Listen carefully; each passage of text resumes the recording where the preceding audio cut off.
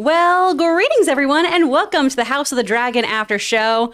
Get ready for some hot D action. We're so happy to have you here. On this show, we of course do a full open spoiler discussion of the most recent House of Dragon episode. So if you are not caught up, please get on out of here. Come back to us when you're ready, because we are going to be spoiling a lot of stuff.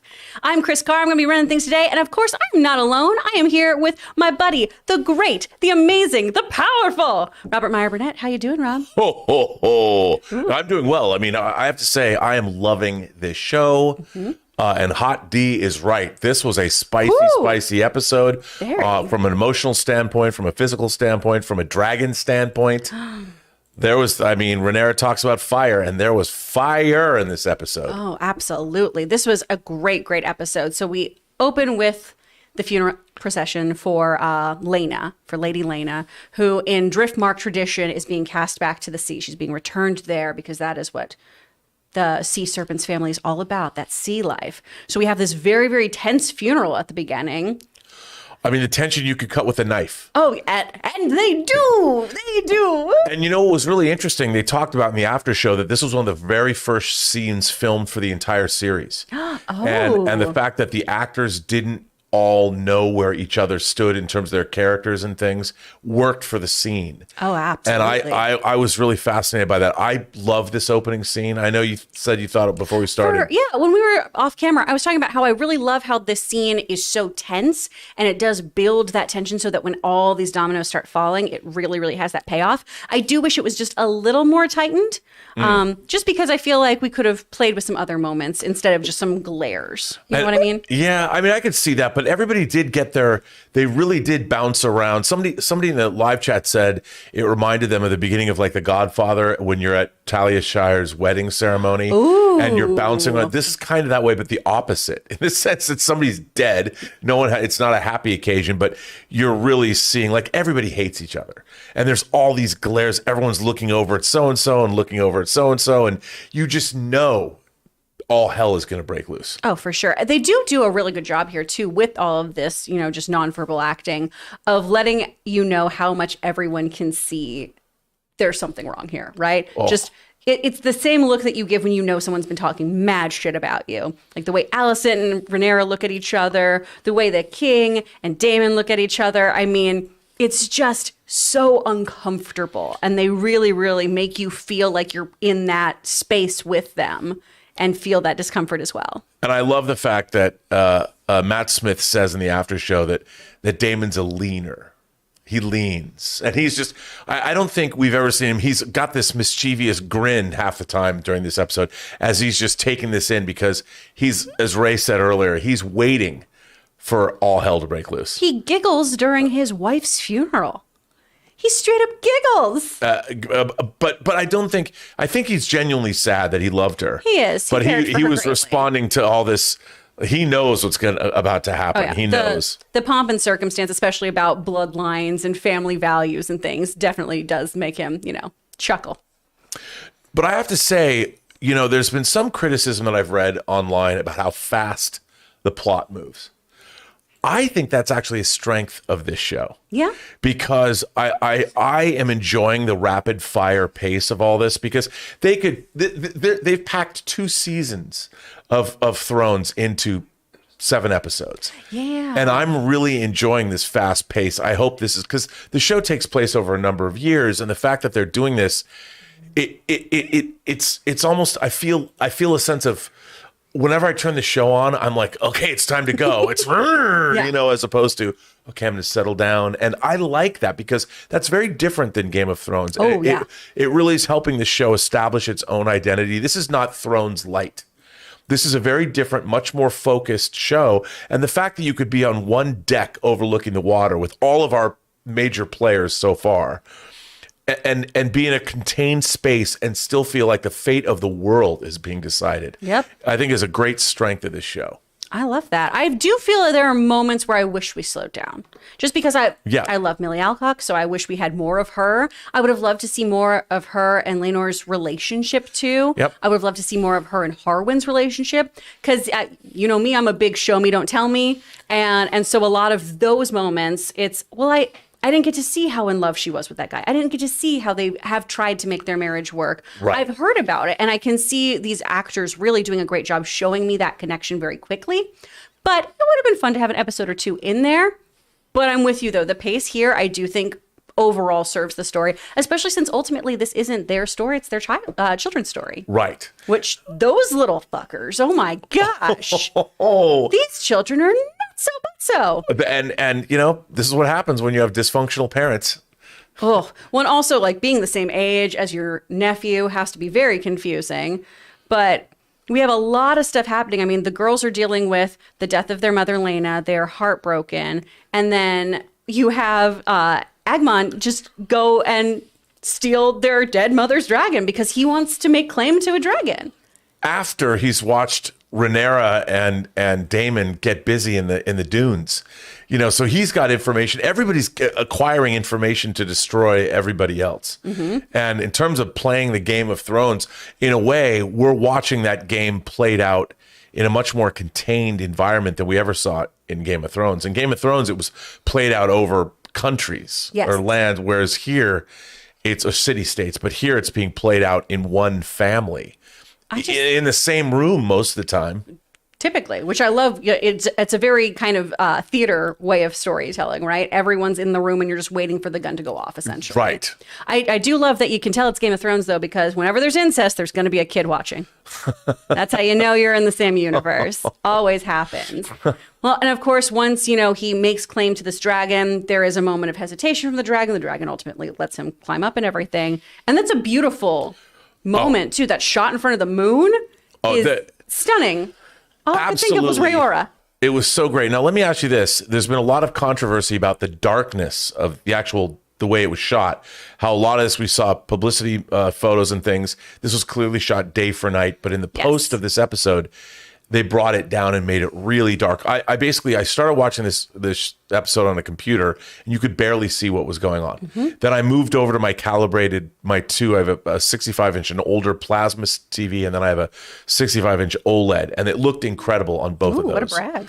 Well, I mean, it's just because they're in different rooms. Yeah. But in terms of them, you know, I've calibrated my TVs within an inch of their life, so the episodes look good. But I will say, if you're going to shoot something day for night, they have gone too dark. Just like they went too dark in the long night. I wasn't sure that he saw Rhaenyra and Daemon together. Right. It was so dark. Because I also watched it this morning. I was driving back from Nevada last night, so I didn't watch the show when it dropped. So I'm watching it, and, you know, I've got a lot of natural light in my home, and I could barely see it. And we're trying to just like close curtains and stare at everything.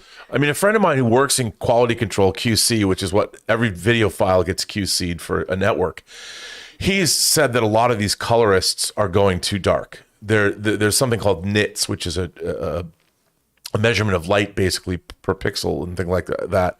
And he says these shows, they're crushing the blacks too far and you're losing detail. And that's not a good way to go. Although I will say, if you looked at it perfectly calibrated, it was quite beautiful. You could see stars in the sky, and I could not see that on my computer. Most of us don't have that, right? We still had to have Tom Cruise talk to us about motion smoothing and everything. Yeah, I mean, if you look, for all of you out there, if you get a nice TV, take the time and either get a calibration disc or have it professionally calibrated, especially if it's a nice TV.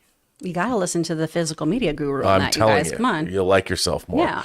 But other than that, I mean, I love the fact that we don't have to beat around the bush. Rhaenyra is just like, I've wanted you. I've liked you since let's put this family together. Let's shore up our defenses. I mean, that happens, of course, after the explosion with the kids, which I have to say might have been one of my favorite scenes in Thrones history. I mean, obviously, covered my face because I went, no eye violence. And so my husband told me when I could look again. But man, these kids are brutal. This little one, too, just ready to bash in his nephew, half-brother, whatever, his head. That was horrible. I got really excited. I'm going to be honest. I know this is not fair. I got really excited when the girls just came up and clocked him in the face. Oh, it was great. I was like, yeah, that's right. Punch that guy who took your mother's dragon, took your birthright. But then when it just started escalating from there and we had the rock and the dagger, Oh, this was so uncomfortable. And so I love how tight everything was shot too. Again, like that scene when you're out on the patio with everyone you feel there. In this, you feel like you're part of that fight and you just want to push these kids away from each other. And I love the fact we know Aemon was made fun of in the first episode. You know, here's your dragon. It's a pig. And now he's like, and then reuses that insult. Oh yeah, we'll see what happens. Hurt people hurt people. That's true. This is what trauma's all about, exactly. people. But I love the brutality of this fight. You know, kids learn from their parents. They learn from what they see. Yeah, well, and as Otto Hightower later says, you know, you're playing an ugly game. It's okay to get a little ugly.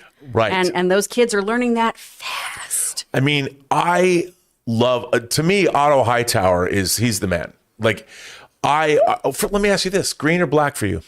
You know, I think I'm black, which makes me uncomfortable because I shouldn't root for incest and lying and all of this stuff. But Alicent, she also has made these children just go against each other. She's raised them in this kill or be killed mentality. And I don't think that would have happened if Alicent hadn't pushed that kind of agenda, which ultimately Otto pushed. I mean, I love Alicent. You know, I mean, I'd marry her.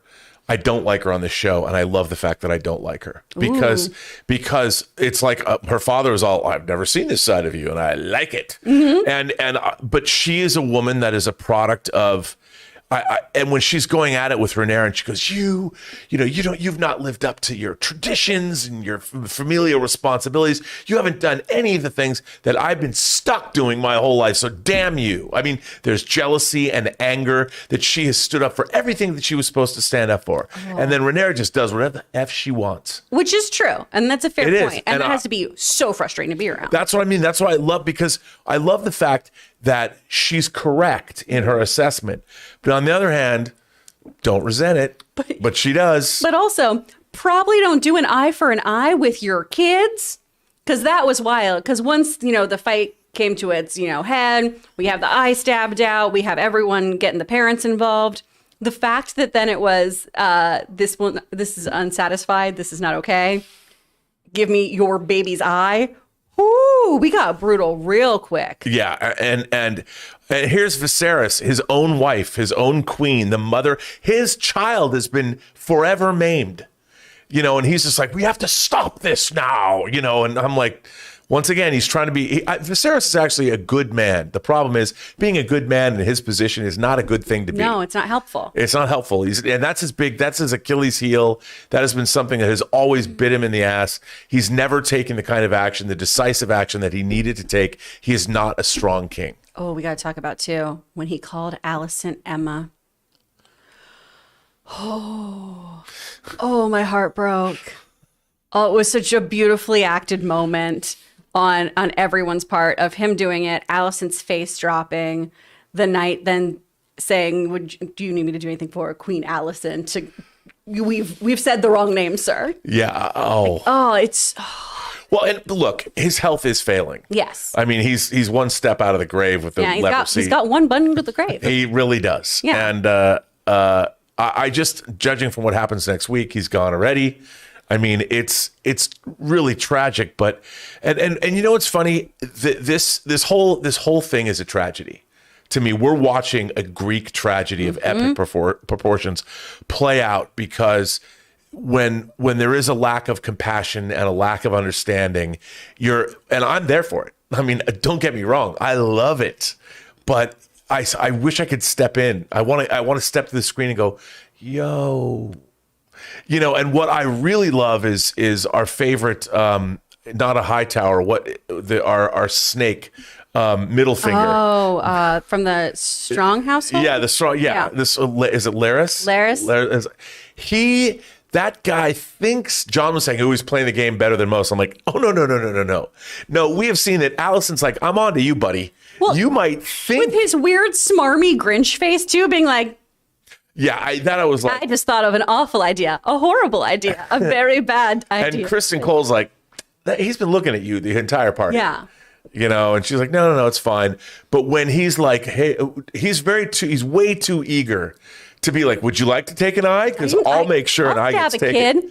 Yeah. I'll do that for you, my queen. You think he overplayed his hand.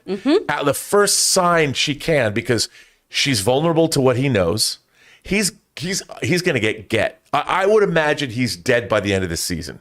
I would hope so. I love that she was like, discretion is important too. Right. Yeah. And I'm telling you, Kris, I wouldn't be surprised if Mr. Cole takes him out, because that guy, he made the same mistake that Michael Corleone made in The Godfather. Once you've killed your kin, in this case, not just your brother and your father, you're damned. You lose. Even Littlefinger wouldn't. I mean, he did take care of some of his family members, but not a direct brother or a father. Once you've done that, you're out. You're gone. There's no redemption for you. No. And then you're telling Alicent, yes, what depravity would you like me to visit upon your enemies? She's like, you got to be good. You're out of here, dude. Yeah. Because you're a liability to me. You're a loose cannon, and you're a psychopath. You're a cripple. Yeah. I want you out. Like, I know he's mostly clean shaven, but he is just really twirling that mustache. You know what I mean? Or like, let's slow your roll, bro. We know. Yeah, we know. You're not exactly showing me that you can play the game correctly. Exactly. Early on he was, not this episode. No, this episode, and I think they needed to do this because fatal flaw. They have to show why he's going to go. He's an idiot. Yeah. He's not playing the game well. I have to say, I really liked Rhaenyra and the scene with Rhaenyra and her husband when they finally sat down and had this conversation. And he truly is. And she even says to him, you are a good man in a world where there are no good men. Yeah, you have a good heart, and that is rare. That is rare. And it's so, and he says, I wish God hadn't made me this way because he can't fight his nature. But if he was different, maybe they could have made a go of it. Well, and I love that she's, no. I very much appreciate who you are. Right. This would not have gone well for me, honestly. Yeah. And we have tried. And I love that too. And correct me if I'm wrong, because I had read online that he has a different fate in the books. You're more familiar with the source material. Yes. From what I imagine, what I remember is he dies in battle. Okay, that's what I thought. On the sand, on the stepstones. Okay. I loved this for him. I know that it's still messed up that they killed an innocent man to cover up this death, but it's also Westeros, y'all. So, tuck in. But I love that they did this fake death so he could go off with Sir Carl, which I watch it with the captions on, right? So I can see the spelling. Yeah. But I do love that his name is Sir Carl. Right. Just like, ooh, okay. But I really did like that. I don't know if this is the last we see. I would imagine it wouldn't be the last we see of them, but maybe it is because they really don't matter to the everyone thinks that they're dead. Everyone thinks his father thinks he's dead. His mother thinks he's dead. Let them go live happily ever after. I like the fact that a real couple, the real couple that loves each other, these two guys are the only genuine couple that isn't playing a game. They just love each other. They just want to be together. Live their lives. And no one's gonna, as long as he shaves his head, no one will be the wiser. Exactly. Now he's out there looking kind of like Cory Booker. Yeah. He does. He's gonna do some legislation work for us. And I'm excited about that for him. They're going to Old Town, set up shop, sell some books. That'd be great. Well, speaking of people who tried to, marry for love, right? Sir Criston Cole had a very big heel turn, right? From going from proposing to Rhaenyra to help restore his honor, her honor, to calling her the C word. I'm not going to get us that demonetized, you guys. And then in this episode, though, I thought there was a really lovely moment of restraint. And I don't know if you feel the same way, of when it's the, you're sworn to me. You go get that child's eye and everything. And he says that I'm sworn to be your protector. Yeah. Well, even look, as much as he's turned heel, he's not going to go maim a child. Yes. And just heir to the throne. Yeah, he can't do that. He's part of the King's Guard. You can't go maim the king's daughter's kid. Yeah. He could not. He's already had his get out of jail free card. Yeah. And even he's smart enough to know, like, no. I thought that was great. Now, what did you think about the last 10 minutes of the episode? Rapid fire. We learned a lot of things. Marriage is in blood, which I loved. Finally, Daemon and Rhaenyra are married. And they're going to have kids of their own. Making out in front of their kids. Wow. Yeah. That happened pretty quickly. I knew that was going to happen. And look at this. There they are. Again, I don't want to root for them. And yet, I got to say, one of my favorite shots in this series through these 7 episodes happened at when after everybody breaks apart and you see Rhaenyra and Daemon and the sea snake Corlys, and they're in one lined up, and the camera's pulling back from them, and you're like, okay, they're the Blacks Alliance. That's the Alliance, and it was just.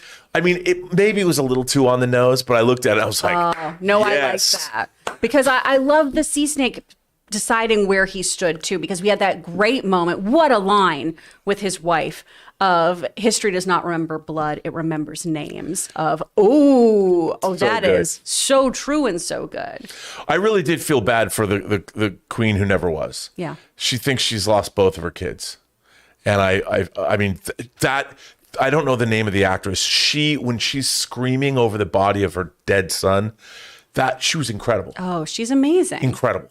And I love her face, the way she looks, and she's haunted by what never was. I mean, wouldn't it be awful to know that you had something happen in your life that you thought was going to occur, and then for the rest of your life you knew that you were robbed of this, and there was no way to get that back, so you had to learn to live with it? Man, yeesh. Yeah, that whole curse of legacy issue was such a good conversation and so profound, and then it just makes that scene so much more heartbreaking. And then when our little new dragon rider's like, yeah, I might have lost an eye, but I gained a dragon. I got a dragon. Not a dragon, the biggest dragon, the most formidable dragon. And then Otto Hightower's like, yeah, my grandson knows what's up. He gets it. Yeah, that's related to me. Yeah, and he's like, it's worth 1,000 times that. And I gotta say, I love Otto Hightower. I mean, he was the hand of the king. He's got back in good graces with the king, and now he's like, "Yep, daughter, we're gonna win this thing." Oof. He is a shady mother effer. He really is, but I love him. That's fair. Because he's not stupid. No. He's playing the game very well. He's playing it very well, very strategic. He's a very calm player. Even that great scene with young Alicent explaining what was up before he leaves the city, he's like, "No, this is how it's got to go." Yeah, and you got to understand. And he leaves. Well, and then prompts her to raise her children with that fear instilled in them. Yep. Get them before they get you. I love this show so much. It's so good, and this was such a killer episode. It was so. I can't believe that there's only 3 episodes left. I know. I wonder if they're going to follow the Game of Thrones pattern, where episode 9 becomes the big, big bloodbath kind of situation. I mean, the one difference between like Game of Thrones is all the bad shit revelations would go down in episode 9, but I feel that like there aren't the revelations to be had. Like the surprises that would be dumped on us in Game of Thrones, I don't feel like that's not this show's thing. This show's thing is that's why I'm curious. Are they going to do something big in episode 9? Alliances may change. I do feel that this is a much more straightforward show. That's really just about the treachery and the changing alliances of this smaller group of people, and I like that. Same here. Yeah, I do too. I think it's good. I'm very excited for next week's episode. Any predictions based on the preview? Or well, obviously a time jump happens because the kids have gotten older. I think that we are going to see succession is going to be challenged because the king will be dead. Yes, and I think that's what's going to be really interesting is who decides where does Westeros go? Who do they support? Do they support Alicent and her children, or do they support Rhaenyra and her kids? Like, what are they going to do? Who's going to do what to where? And it's going to be very interesting. And we're going to see the war. I think the war starts. Yeah, I'm excited to see that division throughout Westeros and who aligns with who. I am really sad to lose Viserys, honestly, because I want someone I like in this show, and everyone, there's so many moments of this is such a great actor, this person is doing such great things. I love Daemon, but he's a bad man for the most part. He is, but there's something I have to say, both Rhaenyra and Daemon have more to them than initially you would think. Absolutely, yeah. But Viserys was just sweet, and if Paddy Considine is not nominated for an Emmy, his vocal work as he's aged, I mean, come on. That it's the extra layers of age and grit and aware that he is putting into the performance, so good. I mean, obviously makeup helps, and they've done an incredible job transforming him. But that stuff that he's doing, the way he's changed his walk, the way he's just changed some of the tonality, so good. It's brilliant. It's really good. Oh, man. Well, guys, that's enough of us talking about it. We are going to get to your thoughts and feelings about this episode. But before we do that, we are going to take a quick break to hear from our sponsor for this episode. Guys, we want to take a second to thank a sponsor of today's video, Amazon Pharmacy. I don't know about you, but when I need to go to the drugstore, I always seem to wait till the last minute, hoping that they'll be open, or I get stuck in a line, or both. And that's why I love Amazon Pharmacy. Yes, that Amazon. Amazon Pharmacy delivers a better pharmacy experience that delivers directly to your door and works with most insurance plans. Amazon Pharmacy helps you save time, save money, and stay healthy. They have transparent pricing, so you know what you'll pay before you pay it. That is clutch. As an added bonus, Prime members can save up to 80% on their prescriptions. And like I mentioned earlier, Amazon Pharmacy works with most insurance plans. And if you ever have any questions or problems, real pharmacists are always available at Amazon Pharmacy, no matter the time of day or night. A pharmacy that works for your life, with meds delivered to your door. It doesn't get any better than that. Switch to Amazon Pharmacy and save time, save money, and stay healthy. Learn more at amazon.com/Campea. That's amazon.com/Campea. Average savings based on usage and Inside RX data as compared to cash prices. Average savings for all generics are 78%, 37% for select brand medications. Restrictions apply. And thank you to Amazon Pharmacy for sponsoring this episode. We appreciate you. All right, with that down, Rob, we are going to head over to those super chats. Ooh. What do we have? Well, we've got Daniel Vakura says, for some reason, the funeral made me think of the wedding to open Godfather Part 1 as far as checking in on characters and following what they were doing. Obviously, it's a very different mood. I loved it. Listen, I agree wholeheartedly. Yeah, you made that same comparison. I mean, all the Godfather movies open with parties, and I feel exactly the same way. And I thought they did a really good job with all the glances and people looking over. I mean, sometimes it felt maybe a little bit on the nose occasionally, but I felt they needed to do that just because the audience, because this show moves at the speed of light, so they've got to make sure the audience knows what's up. For sure. Sam Fisher says, why did the aftermath of Aemon losing his eye happen in open court and not behind closed doors, just the children and the parents? There's a lot of parents. There's a lot of family members. And I thought, what are they going to do? And that scene was so volatile. They couldn't just, okay, we're all going to retire to the drawing room now. Yeah. And no, I mean, it had to happen right then and there because tempers were flaring. Who knows what would happen if people are allowed to get behind closed doors? Well, and it had to happen this way for the drama. So we could literally see the alliances forming and having people taking sides. And so everyone could see Alicent lose her shit too. Yeah, absolutely.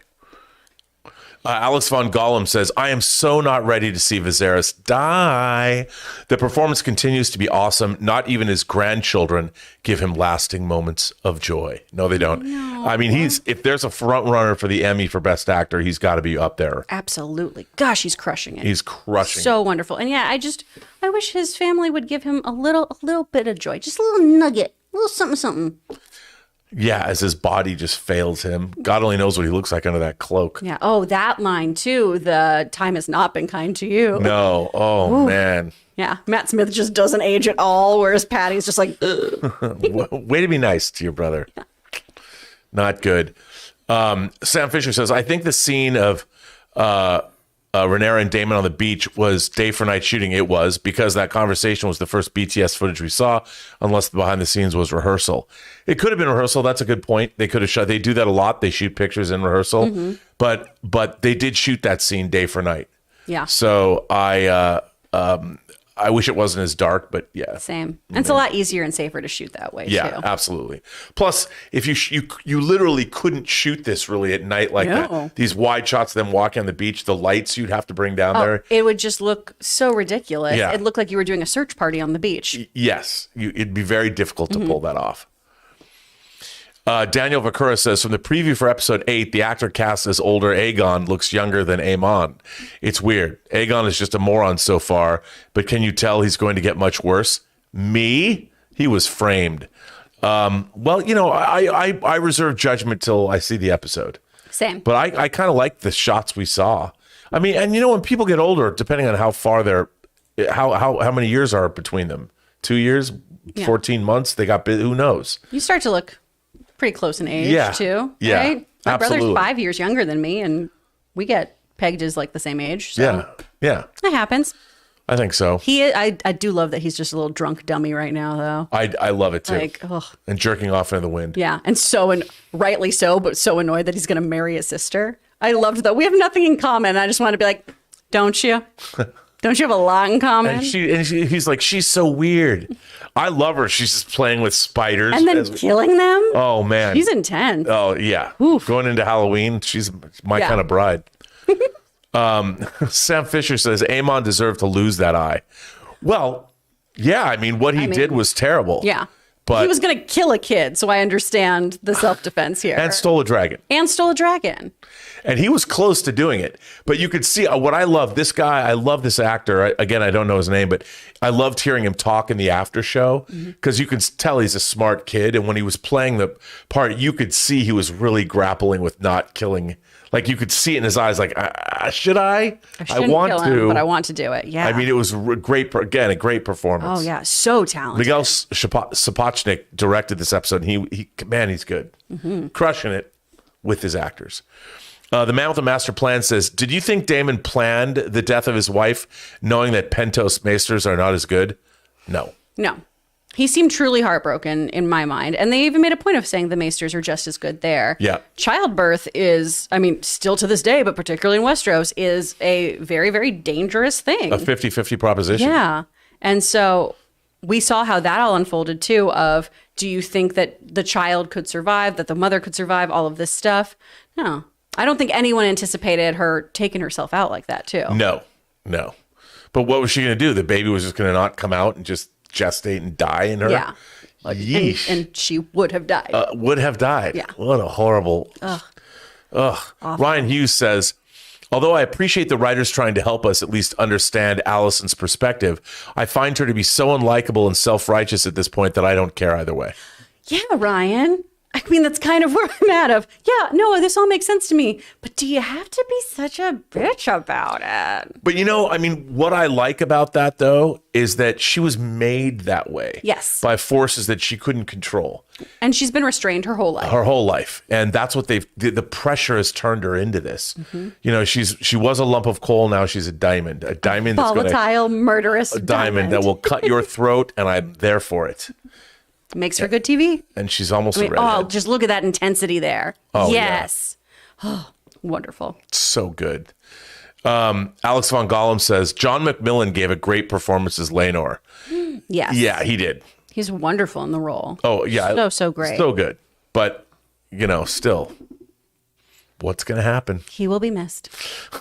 Unless he has a triumphant return. I'm claiming back the driftwood. I mean, I do think that he was great in this particular episode, too. Oh, yes. I mean, he really got a chance to shine, which is good. Yeah. And he went out like a boss. I mean, I love the fact because that switcheroo, I bought it. I was like, and then when you see him, I was like, oh, nice. The first moment of, who let you in here? I was like, I feel like this is staged. Okay. Yeah. But it worked out well. I wonder what these servants thought. Yeah. Why? But they needed witnesses to corroborate what happened. Exactly. Well played. Roman Ikovets, Roman Ikovets, hope I got that right. Keep an eye on Helena's ramblings. Last episode, she predicted that Aemon would get a dragon and lose an eye. Oh, snap. Okay. Maybe she's psychic. Maybe she's got the gift, the sight. I'm going to have to rewatch That's all why the she's mumblings weird. of the spider. Yeah, she's like the precogs in the movie Minority Report. Do you ever see that? When they're all sitting in the thing, they're saying the future. Ooh, she's a little oracle. I love this. Yeah. Okay, cool. I didn't know that. Now I'm going to have to look into that really more. Pay attention to that, yeah. I'm going to go back and rewatch that just because of you. Yeah, thank you for that.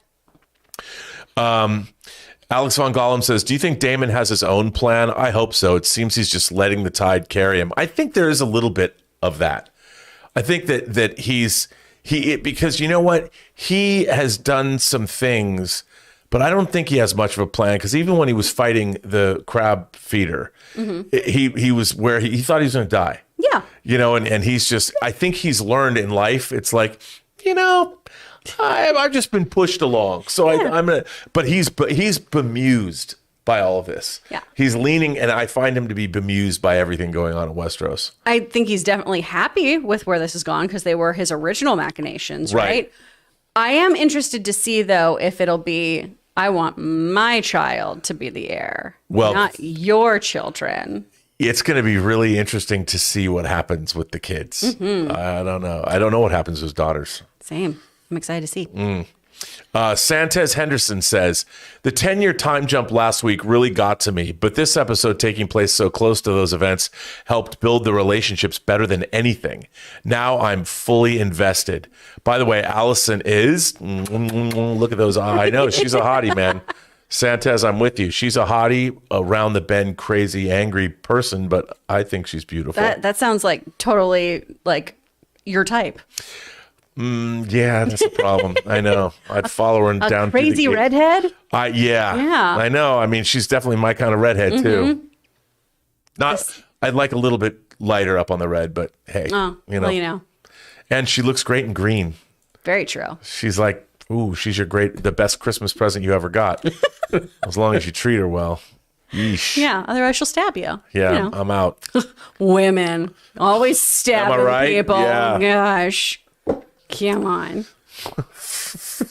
Orlando Orego says, this episode was amazing. I just love this show and I don't want it to end. Well, it's already been greenlit for season 2, right? Yeah. So it's not going to end. So you're in luck, Orlando. Yay. But I am just surprised that it's coming to a close so quickly. Oh, I've been enjoying it so much. I mean, we've only got 3 episodes left. I know. What am I going to do with the rest of my life? I don't know. Fall down a fan fiction rabbit hole. Oh, boy. Oof. Who am I going to ship in this show? Jordan Patterson said, you can see the kind of people Rhaenyra and Alicent are by their kids, entitled or standing up for what is right, even though incest is still weird. Incest is still weird, Jordan. Only to us living in the 21st century. I mean, back in the day, you know. That is a really interesting observation, though, about how, you know, Viserys' children with Alicent are pretty snooty and feel like they are, you know, they're the children of a king. And you have Rhaenyra's children who, well, one is grappling with not being, you know, the son of the father who raised him. But really, like, he does all the right things. He goes and talks to his cousins. He's there to hold their hand. He tries to defend their honor, stand up for his little brother. I have a feeling that it's funny because I guess I'm more Team Black, Team Rhaenyra, because she, even though she has her little peccadillos, like wants to get busy or now married her uncle. Yeah. All of that. I do feel that as a person, she understands the world more than Alicent does. And Alicent is more of a Karen. Oh, yes. I mean, Alicent's turned into the ultimate. She very much is a Karen. Royal Karen. Yeah. I want an eye for an eye. Oh, okay. Yeah. So all of your beliefs have gone out the window. Let me see your manager. Give me an eyeball now. Yeah. Even though I do like her, though. I get where she's coming from. Ryan Lohner says, all of us who read the books were doing some uncomfortable laughing last episode when Aemon is told dragon riding takes a good eye. Ooh. Man, I got to rewatch. That's what you do after these next 3 episodes. Just rewatch the whole thing to go, the foreshadowing. Yeah, so I'm going to go rewatch the whole show. Yeah. When it's done. I can't wait. Mm-hmm. Like in one sitting. Just sit there and binge it. Oh, hell yeah. In like one afternoon. That's the way to do it. It is. Jared Vester says, that sounds like a royal name. That's a great Jared name. Vester. I love that name. Yet again, I feel bad for Viserys. He doesn't deserve the crap that is happening around him. A good man pushed to make terrible and hard choices. Well, that's the thing. I don't think he's made the terrible and hard choices. I think that he's mitigating disaster after disaster. He's never gotten out in front of anything. He should have seen this kind of thing coming. He never does. Yeah. He wasn't, even Rhaenyra was like, you know, you should go out to the stepstones and deal with that shit when she was a little girl, you know, and he doesn't do it. No. And that's the thing about being a leader is you make the difficult choices. And Viserys doesn't like making difficult choices. No. And he wants everyone to be copacetic and happy. And that's not going to happen. And he's allowed that. Much like the wounds on his own body, he has allowed this to fester. Yes. So. Yes, he has. He's a good man. Just not a great king. Not a great king. Ooh. Ravan says, incredible episode. I think it's my favorite thus far, along with episodes 3 and 5. Now everyone sees you as you are. The dialogue is impeccable. I loved that. So I love when Rhaenyra's like, just in case you weren't keeping up with current events, everyone knows you're a see you next Tuesday. Yeah. Oh, and I love that it's under her breath too. Everything is heightened and for everyone else to hear. And then that drop down of like, gotcha, bitch. Yeah. It was great. So good. It's great. Andy says, the Vagar flight scene is gorgeous to watch, but missed a big opportunity by not adding the Man of Steel flight score. So I did it myself, and it's fucking beautiful. Well, that's because synthesizers haven't been invented yet. Yeah, they don't have those in Westeros. No, they don't. Andy, tag us in that, though. That's awesome. Yeah, throw that on Twitter or YouTube, wherever. I want to see it. Yeah, that sounds Slide into my epic. DMs and send me a link. Sweet. Burnett RM, Twitter. Send it to me, Andy. Andy says, damn, Kristen Cole was willing to take a kid's eye. Oh, he wasn't. At least I'm glad that King Viserys was able to put Cole in his place by scolding him a bit. No, I don't think he would have taken a kid's eye. No, I read that as, I'm here to make sure no one takes your eye. Right. I'm not going to do that. He drew a line. Yeah. He basically said, I will protect you up to this point. Yeah. But I'm not gonna maim a kid. So, which I think, I mean, in Westeros, that is a good line to draw. Because man, I'm all about him doing that. Yeah. Good for you, buddy. Well done, Cole. Way to have a boundary. Andy goes on to say, it was pretty cathartic to see Aemon Targaryen get slashed in the eye. What a little crap stain. I'm glad he got taken down by Sandman. I just love the fact that now it's okay to maim children for life. Yeah. I'm glad he got his eye cut out. It is a very weird viewing experience. Like, that child sucks, and I'm glad they're hurt. I'm glad that their face is messed up forever. I think we need a lot more of that in the modern age. Oh my I gosh, think kids Rob. need to Goodness gracious. stop bitching about school and get to work. Don't bitch about hard professors. Do your homework. Oh my gosh, college is great. Never leave it. Stay there forever. Or skip it entirely. Those are your two options. Yeah, there you go. Tyler Pfeiffer says, the one thing I don't like is that Graham McTavish has been giving nothing to do. I get that. I get he's a minor character, but a great actor. He's phenomenal. He's phenomenal. And yeah, he has been giving nothing to do. I'm hoping that changes. As of right now, though, I'm like, he's not been given a lot, so he's safe. Well, yeah. I think that he's going to be a secret weapon. I don't know for a fact, but I think that, they're going to bring him. Yeah, he's incredible. I mean, his work in The Hobbit, obviously, on Highlander. I mean, he's just he's wonderful. Yeah, he's great. He's gonna have more to do. Yeah. You don't bring an actor like him in. No, of that caliber. Yeah, and then just, hey, you're basically a co-star. Sit in the back and do your under five. Yeah, if that. Yeah, a few lines. Yeah. He's barely a must join on this show. Exactly. It's not good. Okay. Isla Barasley. Yeah, you did it. Isla Barasley. King Viserys looked ridiculous when he was questioning Aemon over the rumor. It's so obvious. I loved it when Aegon's like, everyone knows. Mm-hmm. I loved that. Yeah. I thought it was great. Where did you hear this? I don't know. I've got eyes. Aemon. Like, it was great. And everyone did know. Yeah. I love, though, that Viserys was like, no, I don't care what any of you say. Right. And if I hear you say it, I'm going to cut out your tongue. Well, there's one thing he does know. It's blood doesn't matter. Only the name matters. Only the name. Only the name matters. He knows. The man with the master plan says, how can the sea snakes support Daemon and Rhaenyra? Alicent has completely turned heel. Well, that's probably how the sea snake can support. And also, those are his grandbabies. Well, yeah. And he likes Daemon. And he fought with Daemon for 3 years. They're knows bros. That, yeah, they are bros. And even, Daemon knew his family. He married his daughter. Mm-hmm. So I think Daemon's probably always been loyal to Corlys. Yeah. And he sees it. I don't care what's going on over here. It ain't going to end well. And we saw Corlys stand up, too, for how Daemon treated his daughter. Yeah. No, like the Maesters are just as trained. Daemon did what he thought was best. Yep. Yep. I'm good with that guy. I think so, too. And I love when they were standing there and that camera's pulling away and you got the line, you got the blacks. Here they are right here. Here's Team Black against Team Green. Exactly. I'm Team Black all the way. Yeah. To be honest. I like Corlys and Daemon and Rhaenyra. Hey, man, we got the fire and now we got the sea, too. Mm-hmm. Who the high towers have? Screw those people. They've got a great Gatsby light. That's all they got. Yeah, that's it. That's all they got. Get on out of here. James Argenta says, Hot D is currently in 120 AC after Aegon's conquest. The Dance of the Dragons is between 129 to 131 AC. There is another time jump coming, next week. We will meet Aegon II and Helena and Daemon and Rhaenyra's kids soon. Yeah, that is true. Yeah. So I would imagine we're going to meet them next week, the way this show moves. Oh, yeah. It's going to be right around the corner. Yeah. Also, chat, thank you for correcting me. I said Highlander and it's Outlander. Highlander, there can only be one. There's not a TV show of that. Well, there was. There was, but not anymore. Well, yeah. So thank you. Thank you for the correction. I'm sure there will be again after the new Highlander movie comes out. Probably. The Man with the Master Plan says older Aemon looks like a bleep. Ooh, which swear did you go with, Man with the Master Plan?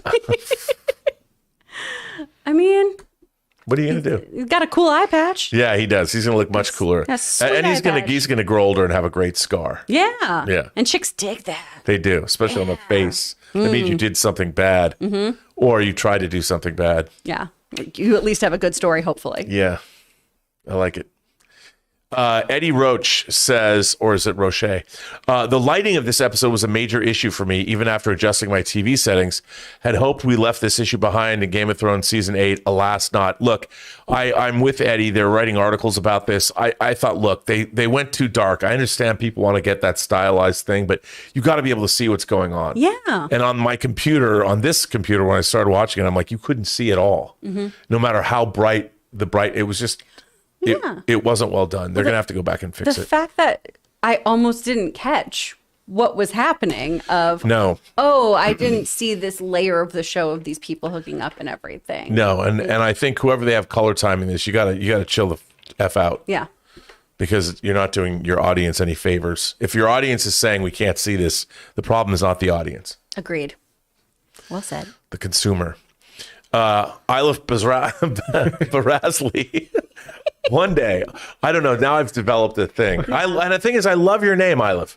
Otto and Alicent have a lot of work on their hands if they want to make another Aegon King material. I loved seeing Otto smack his grandson around. I love that he checks around first and then just kicks the shit out. Oh, yeah. Yeah. Well, because he's royalty. Yeah, just that moment of... Oh. Well, I mean, what a schlep rock, all drunk in the corner in the stairs. It's like... these kids, and you're supposed to feel bad for them. I don't know. Don't drink and you need to be playing. This is the problem. These kids have not been Game of Thrones. They haven't been throned properly. You have to understand, listen, we're all playing the Game of Thrones, even at your age. Yeah. All we've had is, hey, get out of the window and stop masturbating. You're going to be king one day. You're going to marry your sister. And now stop it.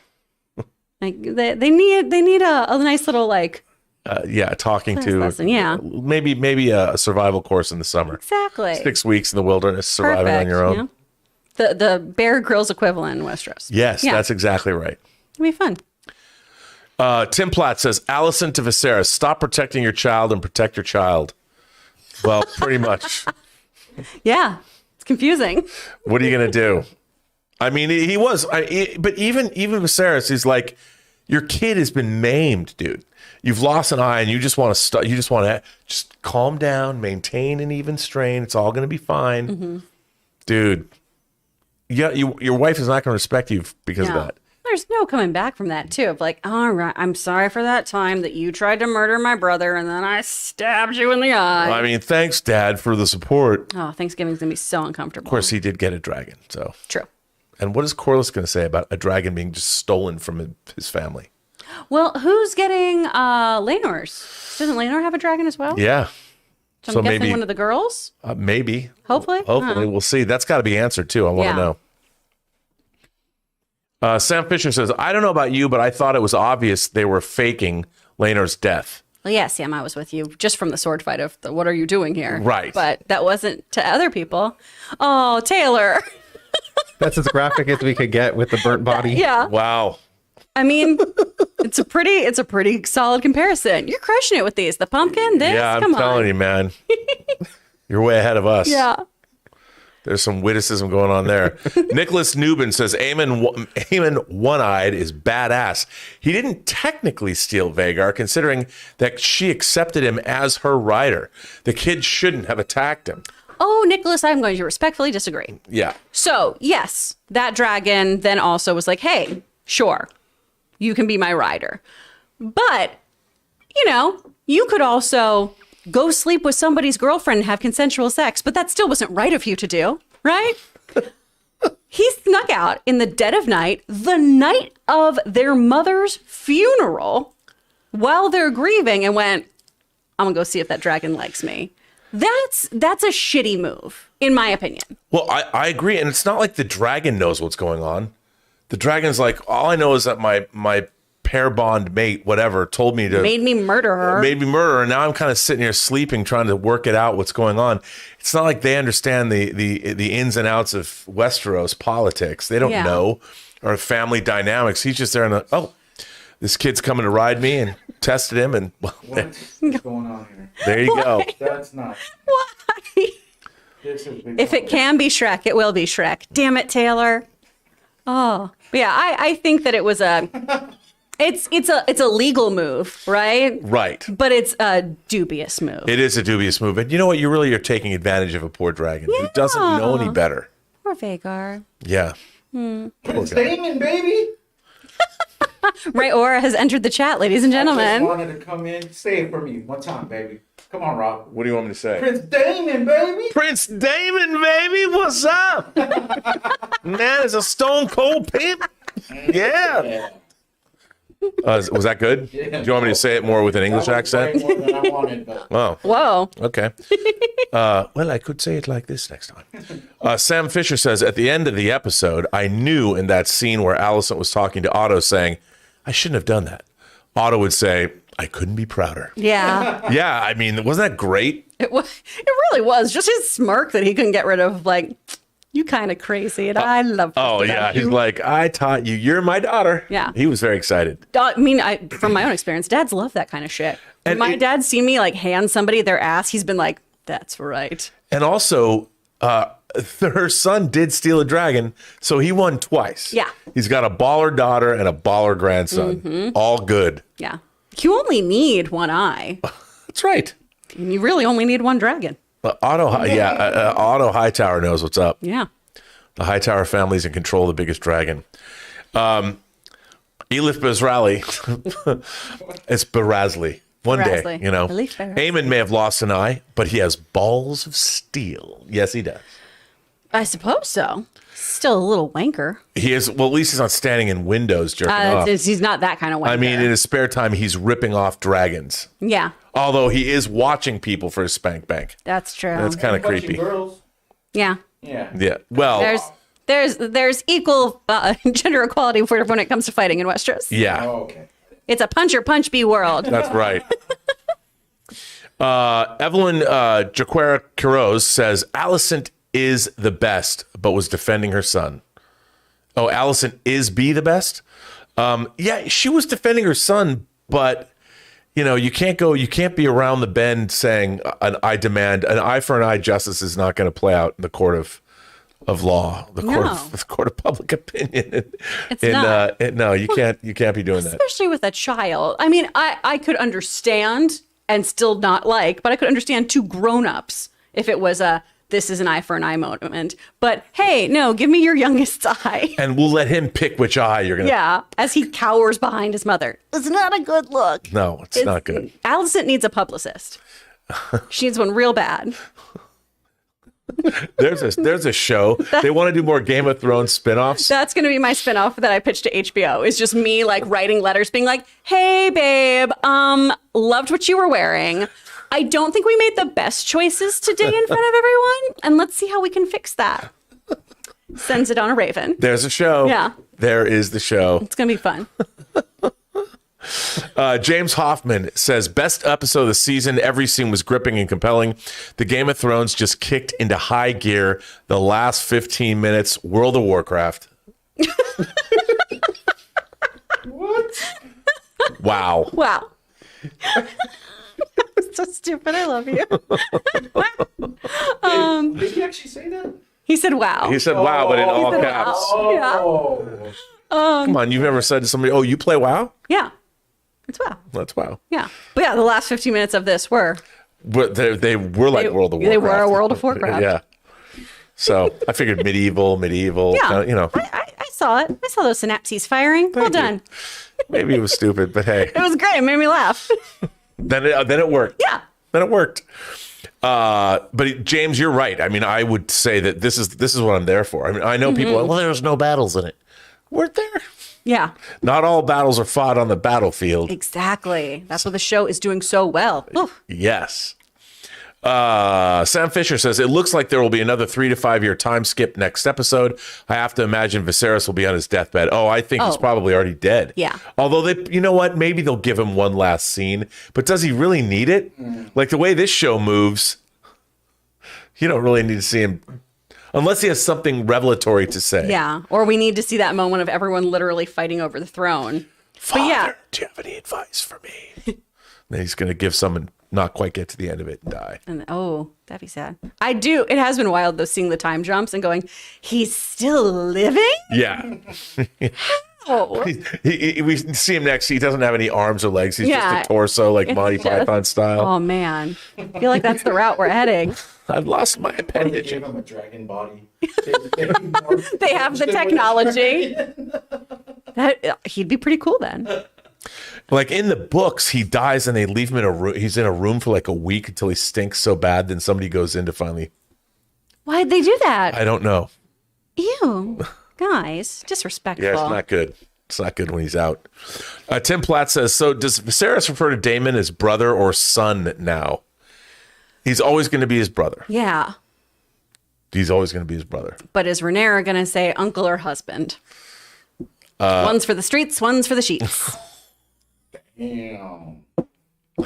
Wow. Fire. Wow. Or it could be reversed depending on what they do in the bedroom. Yeah. I'm not. What's next?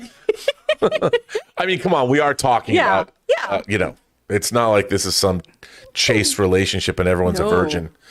Daniel Vercura said, did any of you have issues with the scenes being too dark? Yes. I didn't and saw that. Wait, I didn't get to finish reading what was up Saw there. that criticism. I didn't, I saw that criticism last night. I had no issues. I would say, Daniel, I didn't have any issues when I was watching on my TVs.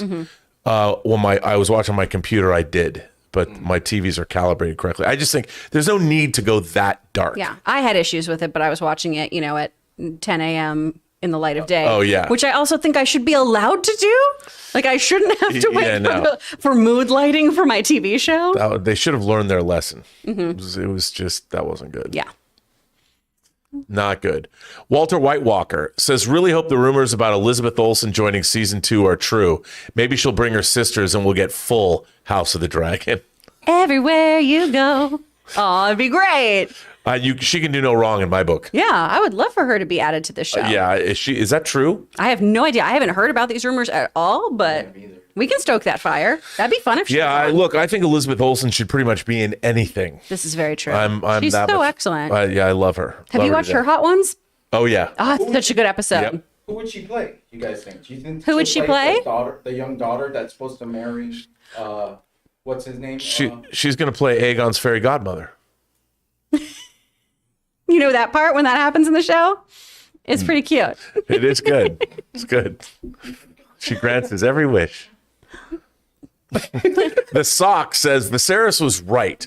It was a fairly equal exchange, a dick move to steal Vhagar, but this is not a kind world. He should have punished everyone involved, though, and have them do servant duties for 6 months.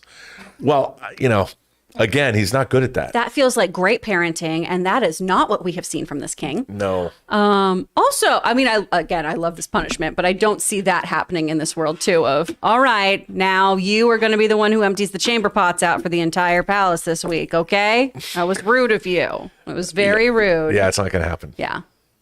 No. Buddy Christ, the original Jedi, says, after watching last night's episode and the last episode of Rings of Power, I am most likely in the minority on this, but I enjoy Rings of Power more. I think they're both different. I like them both. I still haven't seen the latest episode because I was out of town. Here's the thing. I think that Rings of Power is a show that embraces fantasy and plot, and Whereas House of the Dragon is about human nature. Yeah. Even though it's set in a medieval fantasy world, it's much more about the dark side of our own souls. I think it's, even though they're both fantasy shows, they're very different in terms of what they're trying to do. Yes. Very different. And I can understand enjoying Rings of Power more because if you're not a student necessarily of this kind of human behavior, it can be off-putting. Yeah. I mean, if you don't want to wallow in the horrible muck of humanity. Well, and a lot of shows, that's been an issue for me. I've talked to you about this, of just, real life is awful enough sometimes. Yeah. I don't want to watch shitty people being shitty to shitty people. Right. But this show...